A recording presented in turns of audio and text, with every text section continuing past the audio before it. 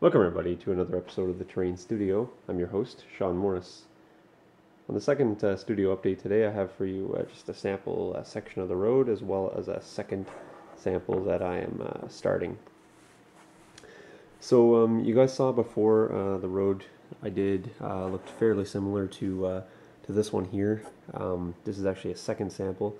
I went back in and I did the road technique basically the same as before, but what I did was I used a little less pigment in the ice to create sort of a little more clear ice look. So hopefully you guys can see the difference between the two.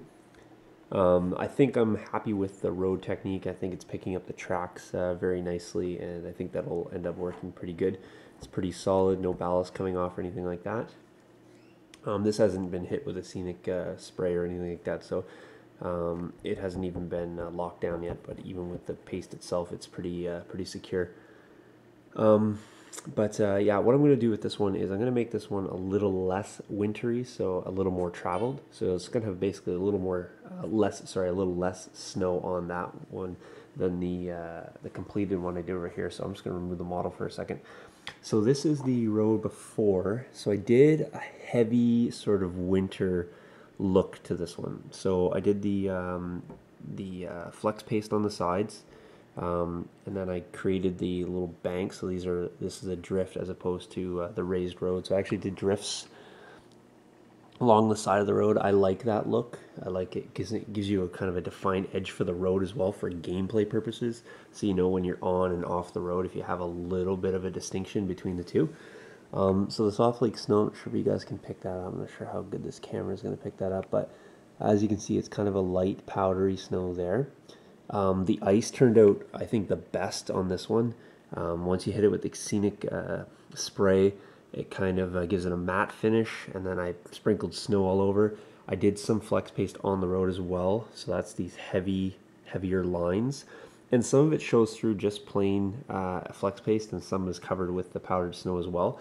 So this is designed, let's back up a little bit. This is designed as like a heavy snowfall road, so a little less traveled.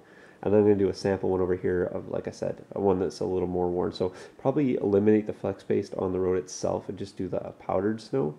I may just do a few patches of the flex paste just so there's not too big of a contrast between the two. But I'm interested to know what you guys think about about the road. And again, keep in mind that it's like, thawing out a little bit, so there's going to be some mud showing through. And then, I just put this Panzer M on here, Panzer N, sorry. On here is done up in the snow camo, and just kind of give you guys a sense of that's what it looks like. I'll just try to eliminate as much of the background as I can so you can get a good sense. So just see if that looks wintry enough or too wintry, or what you guys think about that. But I think the ice really highlights that quite nicely. So I'm happy with how that turned out.